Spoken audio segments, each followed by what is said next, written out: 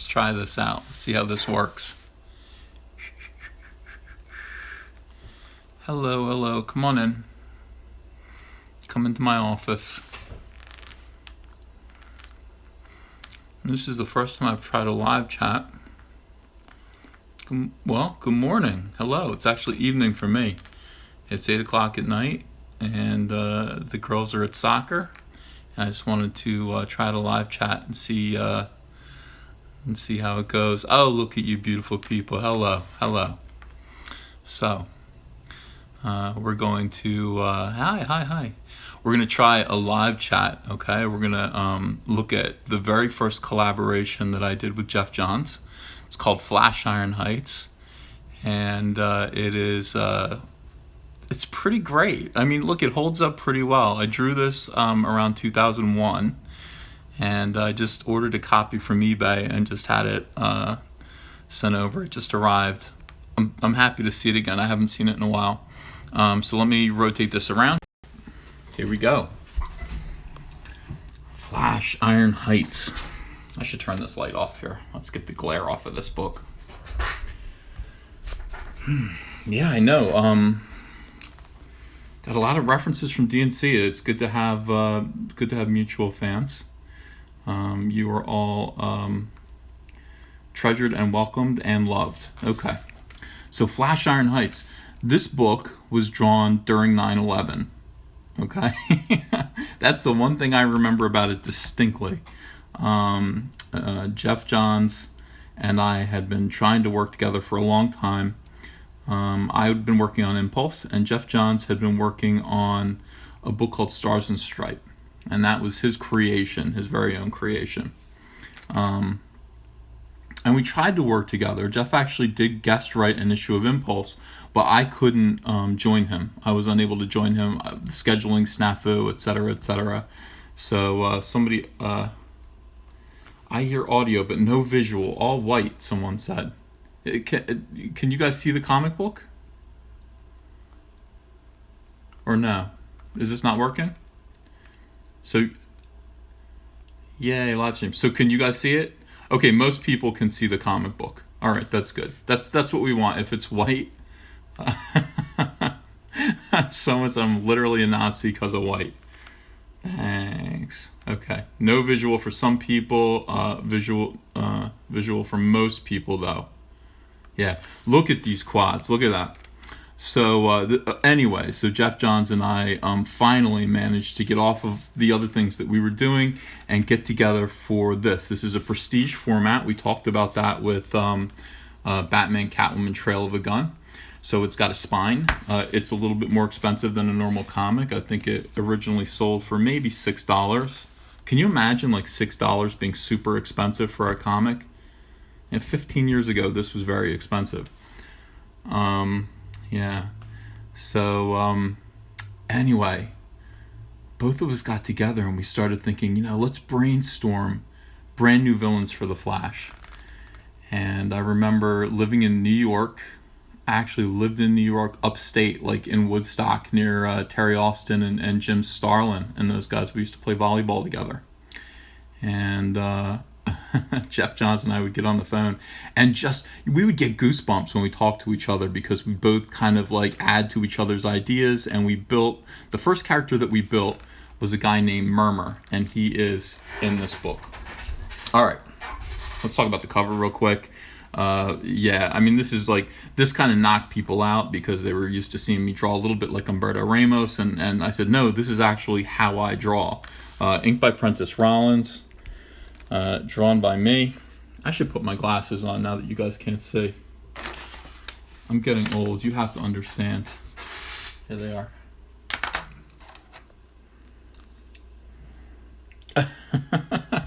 Yeah, big legs. My initial idea was that the Flash was. He had big muscles, big leg muscles, and everyone in the JLA was just kind of wrecked. I mean, just totally built up because they were JLA. There was a point of pride. I believed in that. I don't know if I believe in that now as much, but yeah, I mean, his legs are absolutely huge. So anyway, I turned this cover in. A couple of people came into the office and saw this on the wall and said, "Oh God, a Brian Boland cover. That's great." And I was in the office when a fellow pro saw that and confused this for a Boland cover, and I was extremely flattered. Yeah, thick is right. So let's crack this book open. Of course, writer Geoff Johns. What a genius. This was, I think, one of his first big critical hits. Both of us were doing these kind of kiddie books, and they were liked. But this was actually, even though it didn't sell, it was a critical success.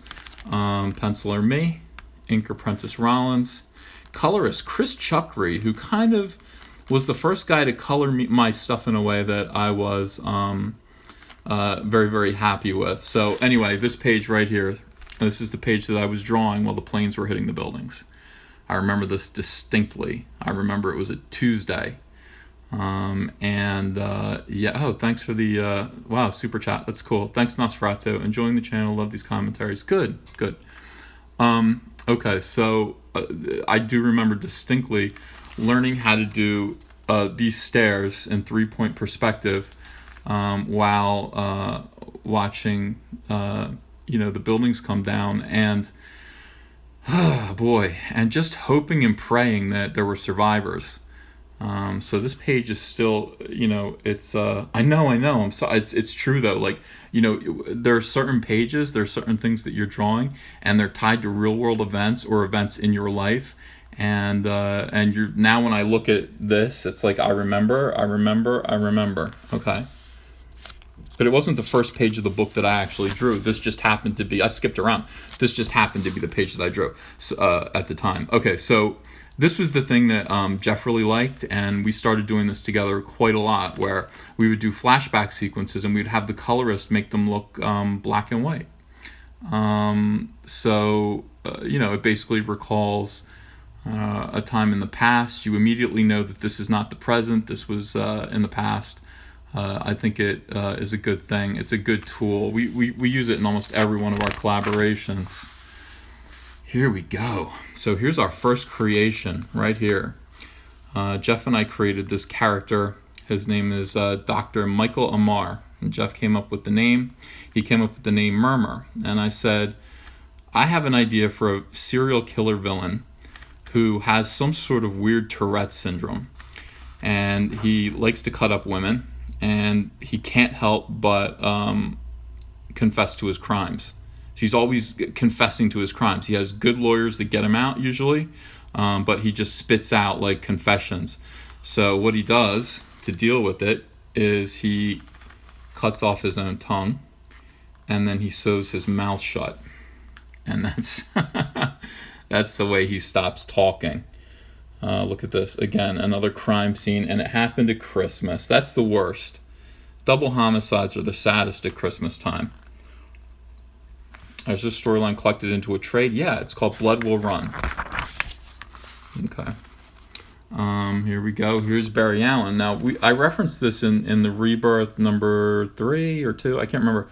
One of them, where Barry Allen often has to get up and give testimony before court. He's a criminal police scientist. He's great at evidence. He's great at crime scene investigations. Look, here we go. He's about to testify against Dr. Michael Amar, and he just springs up. He's like immediately starts trying to confess to the crime, and his lawyers are like, "Shut up, and he won't.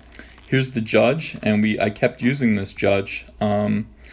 This was actually my father-in-law. And I put him in the comic. He's kind of a well-known surgeon in Scarsdale, New York. So he has this original art in his office. There he is again. Okay. So look, he's just biting his lower lip, trying not to say anything as Barry brings down the hammer. Hope you rot, doctor. Got him. Nailed him. And here we are, present day, full color. Here's our Barry, or not Barry Allen. I'm sorry. Yeah, no, this is Wally West. Okay, let's switch gears here. Today, this was something else. I mean, this was coming off of Impulse and doing real live superhero comics. Very much influenced by what DC was doing at the time. I loved Howard Porter's JLA. I think I was envious of that, and I wanted to draw kind of like Howard Porter and do big, gigantic, juicy, splashy panels. Thank you, Eric B, for that super chat. I remember turning this in, and Joey Cavalieri, who edited this, said flashes never look better, and he said that in front of my son, I believe, and I beamed. I was very, very happy. Nice smile. You'll notice the Vance Sciver characters always smile. Here's a shot that I don't think many people do with the Flash, right under his foot as he's running. I'll try that again. And then here, this was great. So he's racing against a train, and I don't know. Again, I did this all in pencil. I mean, you can look at this fine detail here. All the gears, all the rivets, and everything is Wally and Jay chase after this out of control runaway old train. And Walt Simonson saw this. I remember this too. I'm going blurry here.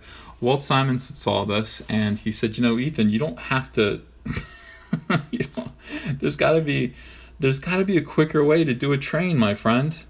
And I just looked at him with my mouth gaping, like I don't. If there is that kind of way, I don't know what it is. I mean, I have to draw everything if it's there. That's just the thing. I want my artwork to be deep focus at all times. I want there to be lots to look at. I've always said, and Geoff and I used to say this to each other to kind of pick each other up. It's like, look, if we do a comic book that somebody reads twice, then we're halfway towards a classic, and that's what we want to do. We don't want to do disposable comics. We want to do comics that are classics, that are reread more than once, and we've done a few of those together. So the train is getting away, and Wally West jumps on board. You see all the passengers. They're alarmed. They're trying to remain calm. Hey everyone, look, he's like Zach. Hey everyone. Yeah, just relax. They're on the case. They got it. You would think so, but Jay Garrick gets whacked in the head. I like drawing this here, this little tiny inset panel of a bolt coming free, and boom, look at that, just a train wheel whacks him in the side of the head. Now, you've got to be a real man. You've got to be Justice League material to get smacked in the head with the wheel of a train. And boom, look at that, knocks him backwards. I mean, how fast is he going at this point? And there goes the engineer too, I believe. Yeah. It's a little exaggerated, Heath. Jay. I don't know, that's a big mouth. I'm still pulling it together. I'm still a young artist. This is good while he grabs him. Of course, that's easy for a Flash to do. But still, the engineer's in the air. And music notes. He's saved by music notes. How is he saved by music notes? Look, he's being lowered to the ground gently. The power of music. Did you get everyone off the train? Yeah, you. All right. Yeah. Everything's good. All right, so who did that? It's the PiedPiper. So, PiedPiper is one of DC's first gay characters. And I really wanted to make him stylish, young, and handsome. He was a weirdo at the time. He was kind of a creepy character. And he was to become more creepy when we threw him in prison. But at this point in time, PiedPiper is, a good-looking guy. He keeps himself in shape. He's young. Wally knows he's a criminal.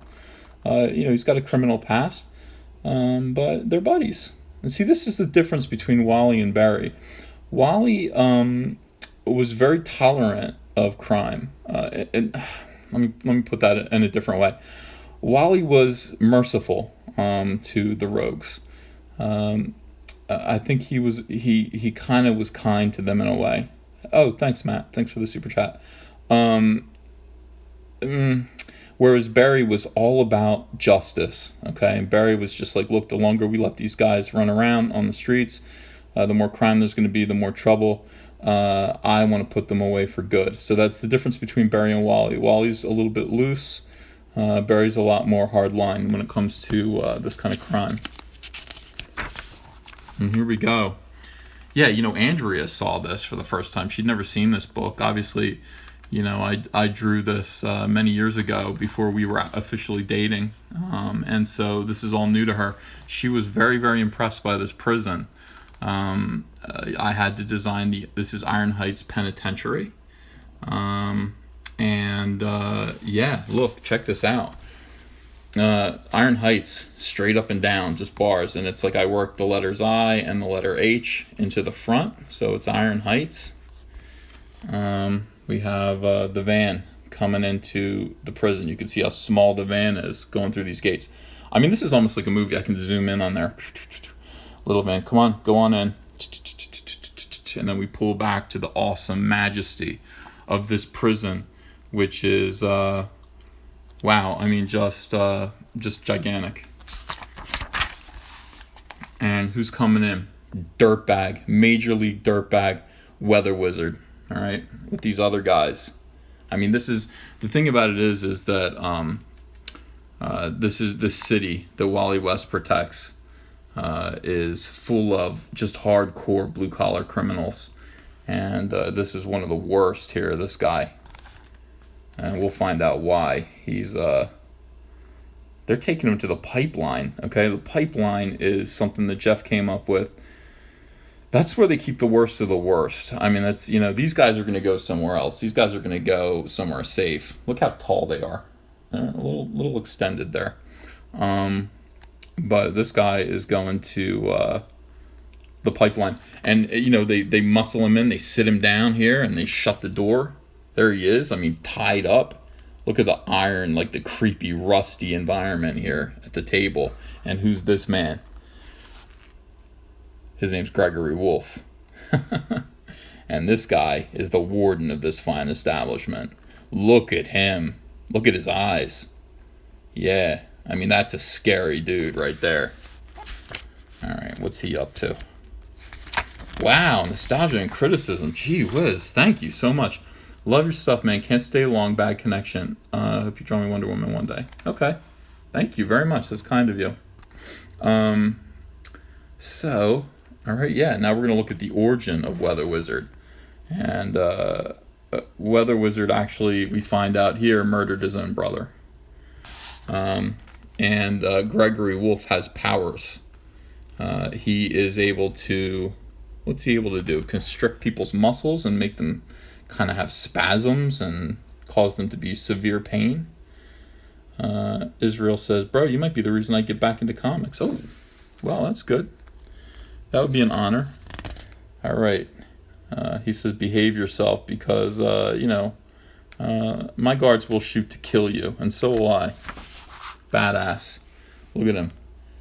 He's like, what did you do? He's like, I hope I made myself clear, Weather Wizard, but just in case, here comes a beating. All right? Welcome to Iron Heights. Look, hats off, Geoff Johns. I truly, I don't think you could, any other writer could make a prison scary, make, a character like Gregory Wolf that badass in just 3 pages, and we get to see Weather Wizard's about to suffer a severe beating by this riot guard, just for the hell of it. There's no reason. We need to break you down, and here he is, broken down. I know, I'm sorry, I tried to get it to be portrait mode. I'll get it right next time. Here he is broken down and he's being thrown into his cell. This is the pipeline. Good Lord. And here's our guy right in here. And for some reason, they're all choking and spitting out blood. There's Murmur and he's like, shh. Shh, everyone, shh.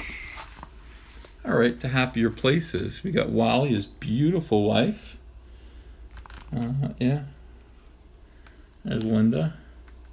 Wally's just a regular guy. I mean, he's, look. He's your buddy. He's just a regular guy. Jay Garrick shows up and says, better suit up. We got places to go. They're talking about how there's something going on. I mean, there's some kind of poison that's killing people. And here are our guys, all right? All suited up. Piper and Wally West are wearing gas masks of a kind to filter out the gas. Again, look at those quads. Those are legs. By the way, look at the groin there. It's like, I get a few comments from people. I don't know what it is about superhero artists. It's like, yeah, women, you can kind of see everything they've got through spandex, right? And then the men, they're just flat, no wiener at all, nothing going on. Nope. Not with me. Let's go ahead. I mean, look, he's a superhero. He's a superhero in every single way. Exactly. A heroic crotch. Why not?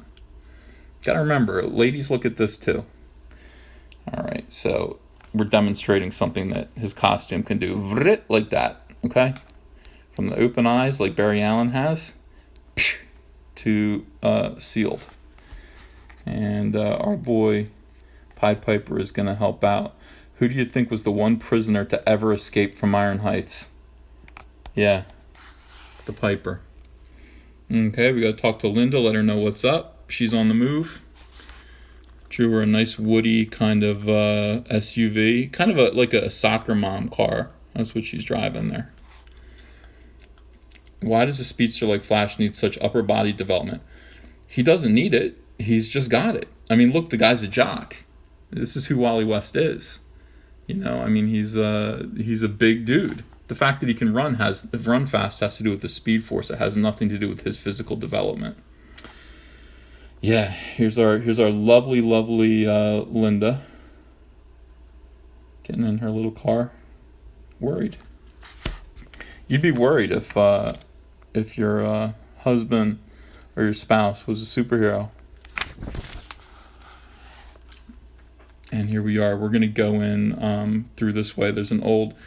Piper knows of an entrance through an old mine shaft. And they're going to dig their way through there to get into Iron Heights. Yeah. Good stuff. I was nuts. And I drew all this stuff with pencil. You know, the crazy thing is, you can ask the inker. It's like all this little nonsense was penciled in real tight. It's very, very anal retentive. And here we go. Here's the power room that they've broken into here. You know, it's like, yeah, it's kind of like low tech, but kind of high tech at the same time. It's like, it's funny. I was just like, well, I don't really know. All right, so I'm going to do a little bit of tech that's recognizable. I mean, this is just like an extended airplane engine. I don't know what that's doing there, but okay, it looks cool. You know, here's another one right here. That's fine. You know, it just looks good. Doesn't have to mean much. What is this? Ah, we found the source. Yeah, attention to detail.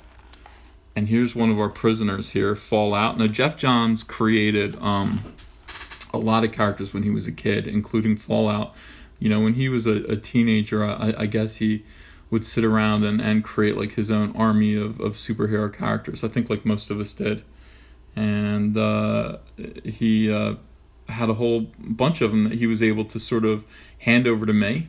And I mean, I'd redesign them. I don't think any of these were his original designs. He would just describe them to me and I would go. Now, this guy is Fallout, and he used to look like this. This was when he was an active supervillain, which we never saw him be.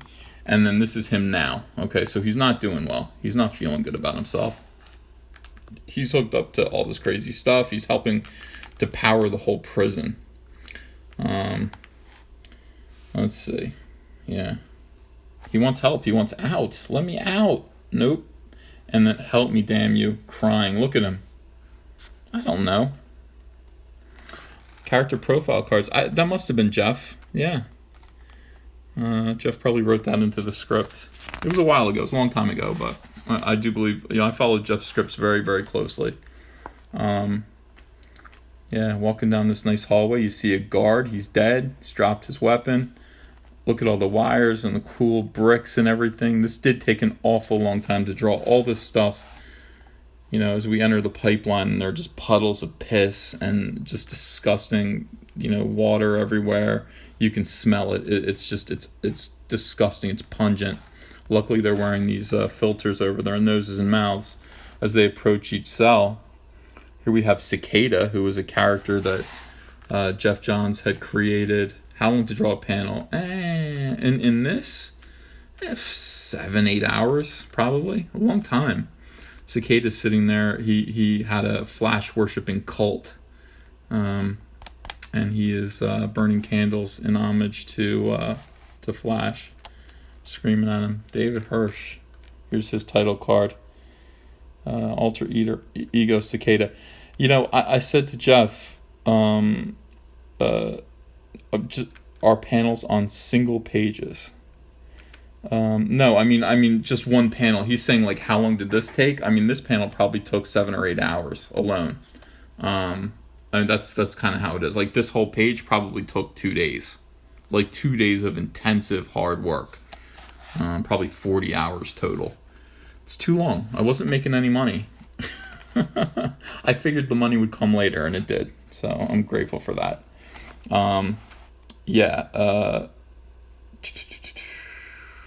Pretty cool. I mean, I like the way he did this. I do like these title cards. You get to know who these characters were, and look at him. He's like, you're my god. Shut up. Good panel, really good, because it's small and it's nice. It's compact. It's very detailed. Full background.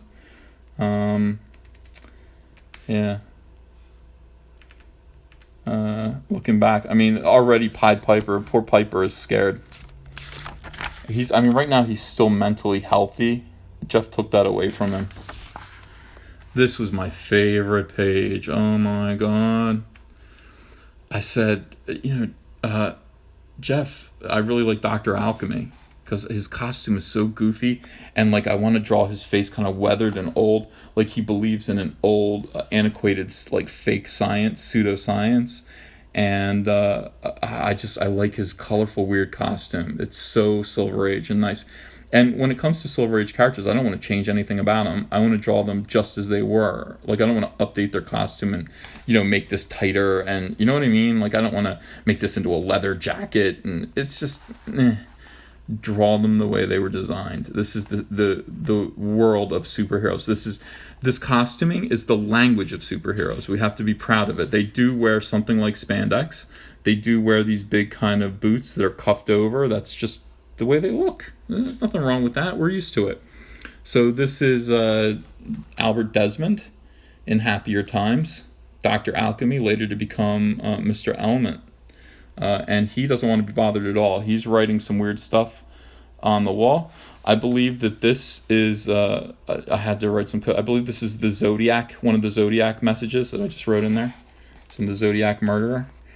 Go away, Wally, I'm reading. Look at that effeminate hand, like stroking his like lower lip with his pointer finger. Great. That says a lot about him. And he's just, he's like, I need to talk to you. He's like, I'm finally in my element. Get it? Mr. Element, peace and quiet. I wouldn't disrupt it for the world, for all the gold in the world. Okay, which is what he wanted. Now leave me be. My book is just getting good, and the book is just gibberish. What are you reading? Yeah, again, really, really nice PiedPiper there. I love this character. I think he's cool. Now let's go see what's up with Weather Wizard since he's been in here. Look at him. What's it like outside? Is it overcast or rain? I don't know what happened to the coloring on this mouth. That's his upper lip, and they colored it white like it's teeth. I hate when that happens. Like, his mouth is closed. I want to go in with a marker and just and fix it, because it doesn't look right. Or it looks like he's like, I don't know, he's eating a powdered sugar donut. Spider webs all over his cell. This is not, you're not going to do well in this prison. There he is in Happier Times. Nice pectoral development there. Get us out of here. This is no place for thieves.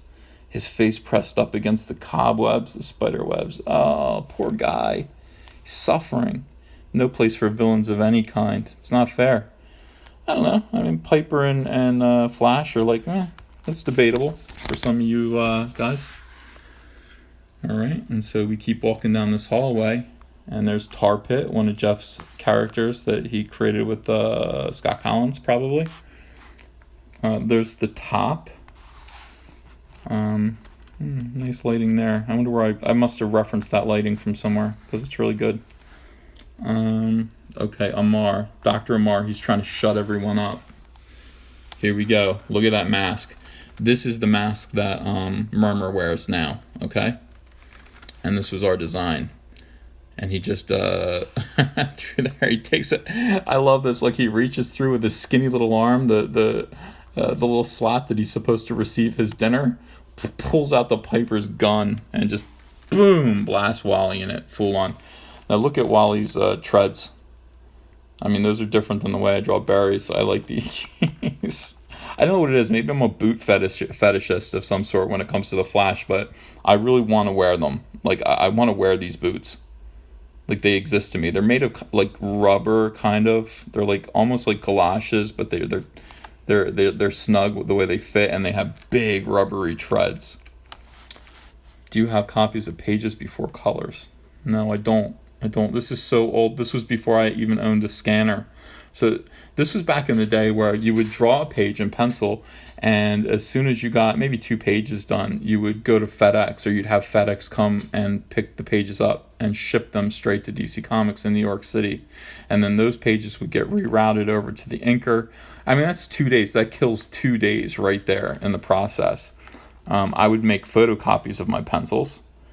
But yeah, I don't have those anymore either. It's a long time ago. Here we go. Boom. Suddenly, one of the glass cells breaks open because it's Tony Woodward, another character of Geoff's and mine. Girder. This is how he looked before he was in the Pipeline. And this is how he looks now. Look at, all right, now this is badass. Hits the ground so hard, just reduces the floor to rubble. Just rubble. And I mean, little shockwaves. Piper can't even stand up. Of course, Wally can. Yeah, I mean, gee whiz, what a great. And he's old now. His hair is long. He used to be bald. And I told Geoff, I was like, his hair is. Oh, thanks, Wells, for that. I appreciate the super chat. I said his hair is kind of like rusted steel wool. That's how it is now. So we have Wally just boom, boom, boom, boom, boom, peppering him with punches, giving him a good sock, and Wally hitting him as hard as he can with like just the edge, like with his palm, and it would actually break off bits of metal and rust. But no, backhand. Look, I love him. Look how great he looks. He's like a big old biker guy. You know what I mean? Like, he's just a big dude that you see guys like this around, but he's made of metal, like rivets, and they're rusty, and they have all kinds of little bolts and everything. I love that stuff. Boom, smacks him right into a door. The door comes off the hinges. Psycho got my sound gun. Must be my lucky day. Who did he just set free? This guy, Jeremy Tell. DoubleDown. Hello. Here's DoubleDown. He how do I feel about the Flash TV show costumes? They're good. I don't know. I mean, look, I prefer superhero stuff.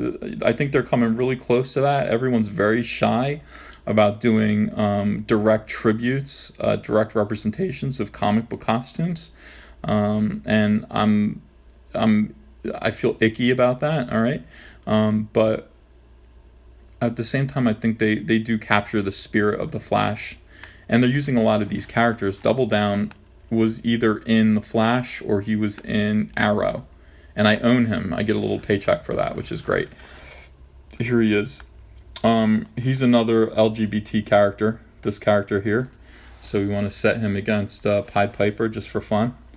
Yeah, his skin actually peels off his face and turns into these kind of razor sharp playing cards. Who created Savitar?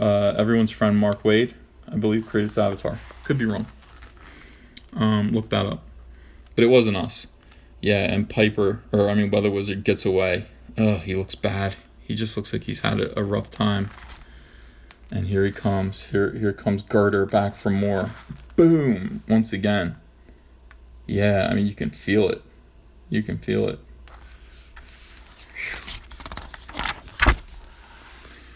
So here we go. I mean, it's going to be Piper versus DoubleDown now.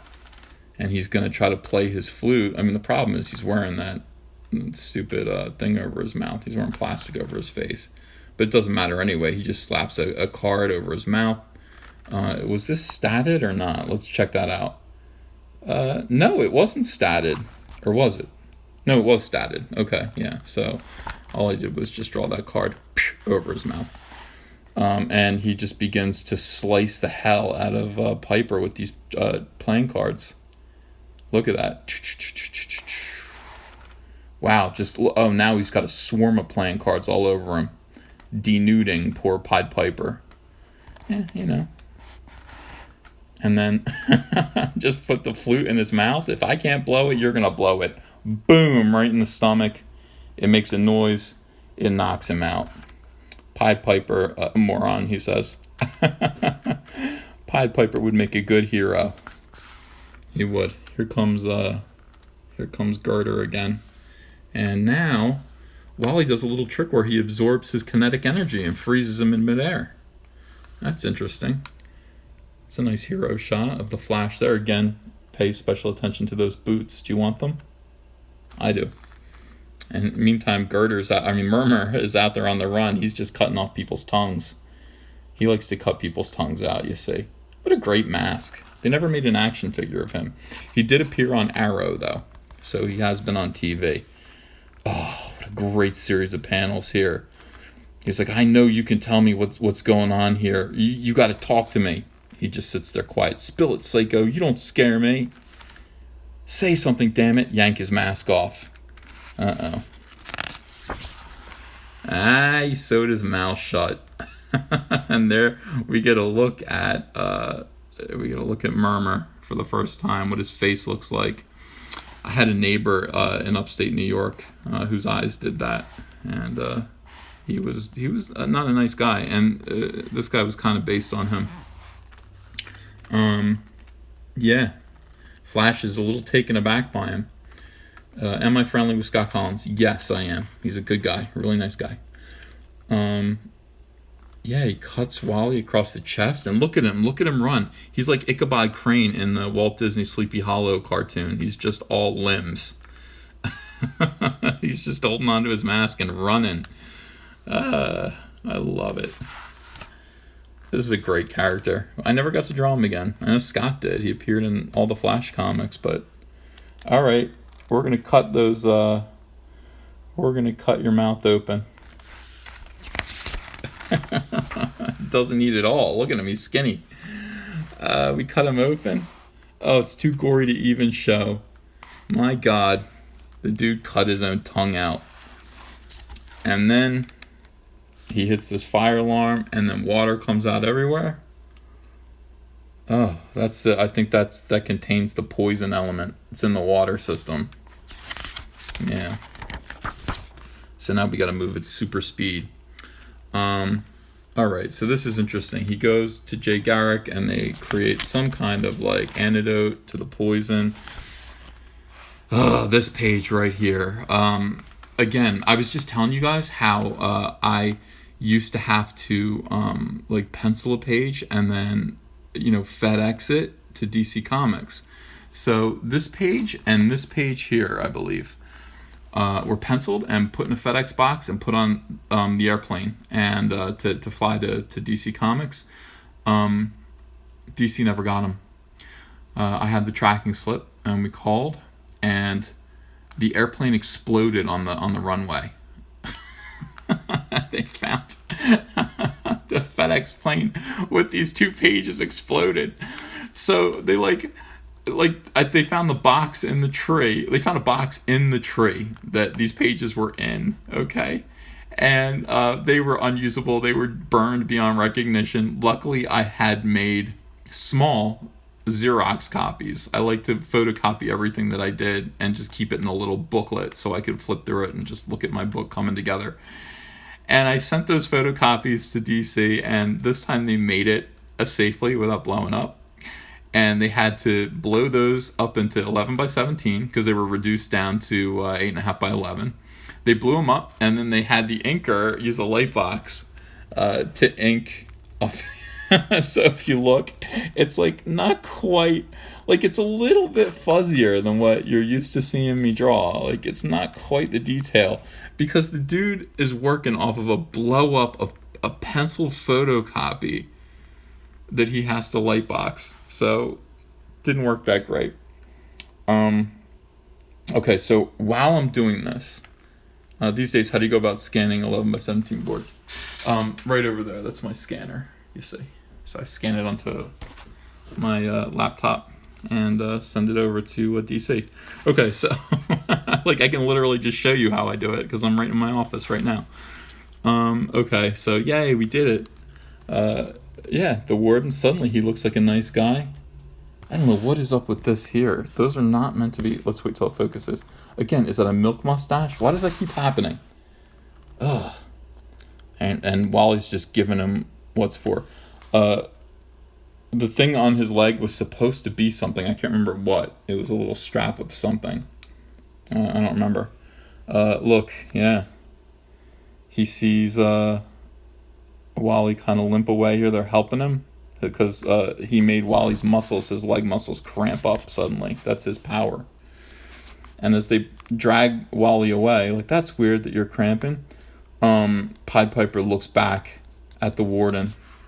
Yeah, I know what's up with you. PiedPiper, once a criminal, always a criminal. Well, I mean, maybe. He seemed to act pretty heroically in this book, and I liked him a lot. So while I was working on this, I I'd have pages, and I was thinking about going to Marvel Comics. It was weird. I was flirting with the idea. I was feeling pretty good about myself, so I was sending pages over to them from Iron Heights, and they called me up and said, Ethan, do you know Reload? What's with the comic and planes? What's with this comic? Oh, that's right. Yeah, 2 explosions involving this comic. That is weird. I never put that together before, and I'm going to be thinking about that. So, anyway, I was sending them pages, and they were very impressed, and I got a phone call from was it either Joe Quesada or it was the editor of X-Men, who said, listen, we're doing a book called New X-Men with Grant Morrison writing it, and do you want to be the fill-in artist? Frank Whiteley is going to do 10 issues a year, but we need someone to do the other 2 because he's kind of slow. And you can come over here and I, well, yeah. And then so I'm talking to Geoff, and Geoff is telling me, hey, I would love to go over there because I have an idea for a book to do with you. We want to do the Morlocks. Geoff wanted to do a Morlock series, me and him together. So there's, we'd already knew that we were going to do the Morlocks. So there's our little hidden message. Meanwhile, Geoff was talking about doing, was he? Or was this just a joke? Conspiracy Theory 2? Geoff was the assistant director of Conspiracy Theory with Mel Gibson.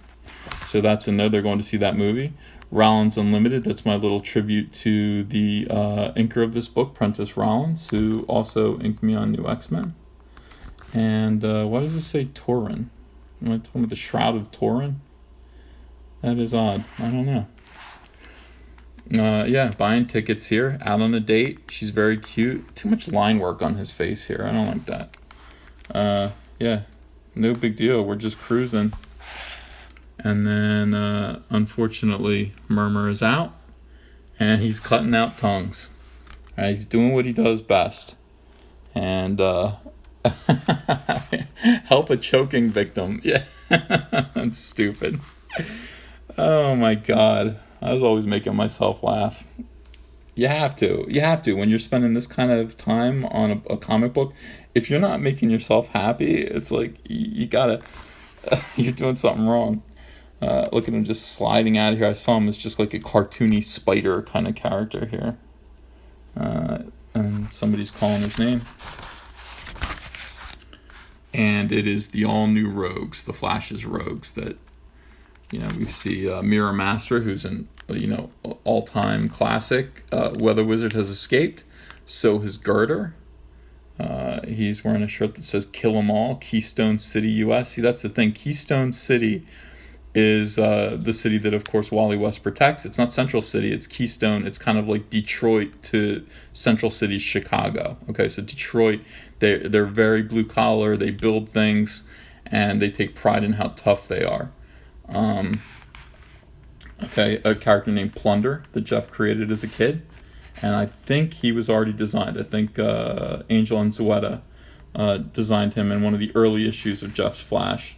We got the knife, and then we got Blacksmith, and this is my design for Blacksmith, who appears now in either Arrow or Flash, the TV show.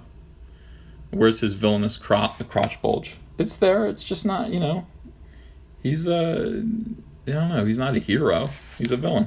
You don't have to give him much. Again, it's like, I promise we'll have fun. We put her face next to this mouth. Look, we're suggesting that she's evil. Everyone back then had tongue rings. Everyone. It's ridiculous.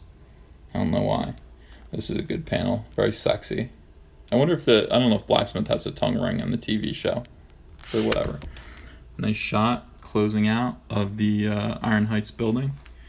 And yeah, back cover. And there it is, folks. It was $5.95 in the year 2001. This might have seen print in 2002, but it was drawn in 2001. And it came out. Geoff and I were hoping for the moon and the sun and the stars.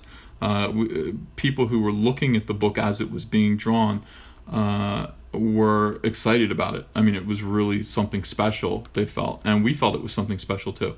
It sold terribly. It sold 16,000 copies, which is okay for a book that's $6. But it's a prestige format project, which means we were paid a book rate, which is a much higher rate than you normally get, a page rate. Book rates are higher. So we were paid really well for this, which works out to an advance against royalties. There were no royalties. And we would just talk to each other like, do you remember how hard we worked on that book? And how, how inspired we were, and we never made any money. And he'd say, someday we'll make money off of that book. Finally, they reprinted it in Flash Blood Will Run, which was the first, 12 issues or so of Geoff's run on the Flash. And then they published it in, I think, a big, gigantic Geoff Johns Flash compendium. So finally we did get royalties for this book. And I want to thank all of you who bought it in any form, any format. I really appreciate it. This book did mean a lot to me. It still does. It's nice to have a nice fresh copy of it.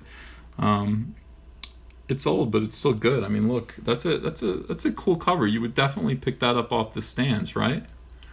Yeah. All right, so now we're going to turn it over to question and answer. There I am with my glasses on. Very sophisticated.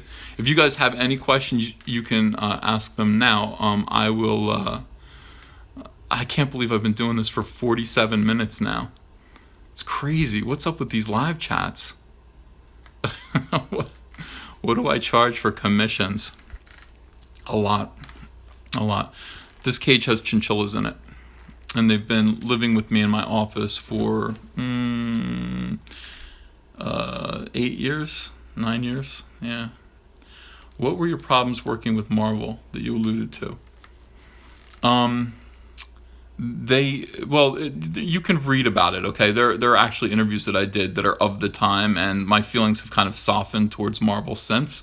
But Marvel, the editors, they always felt like they were acting as though their jobs were on the line, and they couldn't just be honest. Like they would lie. I mean, they would directly lie to their talent in ways that I thought were abhorrent and confusing, and made the working environment tough. And I found that out right away. It's not that they were too corporate. DC is a lot more corporate than Marvel is. Let's see. I'm sure you've been asked this all the time, but who are your biggest inspirations as an artist? That would be Brian Boland and John Byrne, Todd McFarlane. Yeah, all those guys. This is going too fast. This is what Diversity in Comics complains about. I don't even have a fraction of his following, and this is already too much.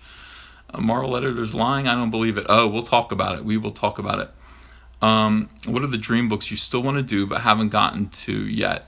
Plastic Man. without question, it's Plastic Man. Ginger or Marianne? Well, I guess it would be. I'm more of a Ginger type. I like the movie stars. I'd love to see you do Silver Surfer or X-Men. Yeah, it'd be fun. I would do X-Men again. How much longer will you be doing GL? Oh, as long as they'll let me, Hal Jordan. Forever and ever. What's more fun to work on, Flash Rebirth or GL? GL Rebirth by a long shot. We'll talk about why. Like when I finish all 6 issues of Flash Rebirth, you'll find out why. If you were to become head of Marvel, what would you do? I'd hire all my friends. Fire a lot of people too. Yeah, I love Plastic Man. I told you that I have a video up there that says a ghost told me to draw this cover, and that ghost was Jack Cole, and he's the creator of Plastic Man and a wonderful guy.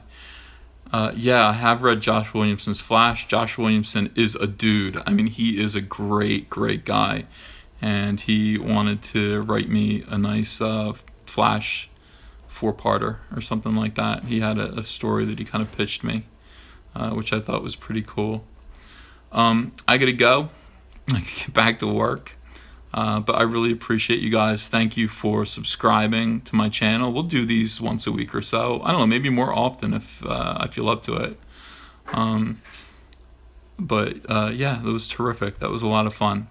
And thanks for the super chats, everyone. That was great too. I didn't even expect that. I didn't even know if I was able to receive super chats, but I appreciate them. And have a great night.